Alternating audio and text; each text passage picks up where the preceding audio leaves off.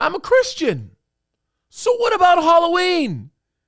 I got an answer for you, folks. That was kind of a cheesy intro, wasn't it? Well, let's get right into it. First of all, if you want an answer to that question, I'm going to give that to you here. However, I do want to say that to get into all of the nitty-gritty of where Halloween came from, the pagan origins, some of the demonic influences associated with it, go to the live study that was done last night. Our midweek study, Don Stewart did a great study on it. He answers all of those questions and gets into the very specifics about what's going on with Halloween and what we should know and so on and so forth. Now, the question is, what do we do on that day as Christians?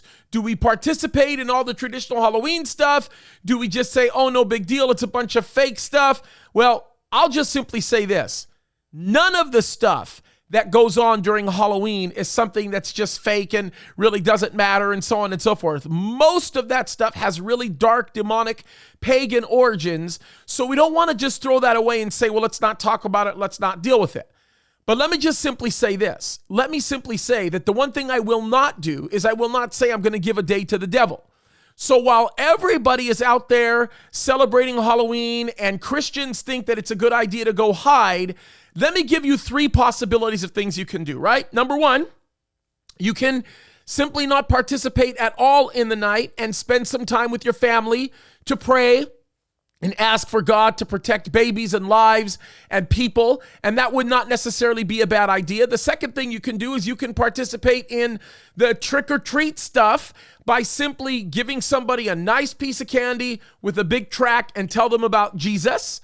The third thing that you can do, and this is what I would recommend, is to work with a church that is doing an outreach like we are to celebrate the resurrection of Jesus Christ.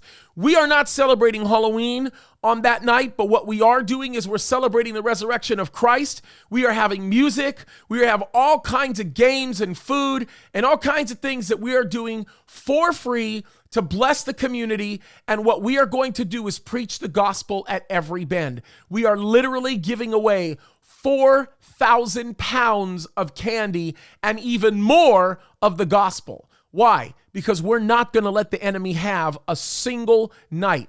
God is going to be glorified, and we are going to turn what pagans celebrate and use for evil, we are going to turn it around and use it for good, that God might be glorified. So that's what I would say, you guys. Give that day to the Lord and take it away from the devil. Make sure that you put Christ first in everything. God bless you.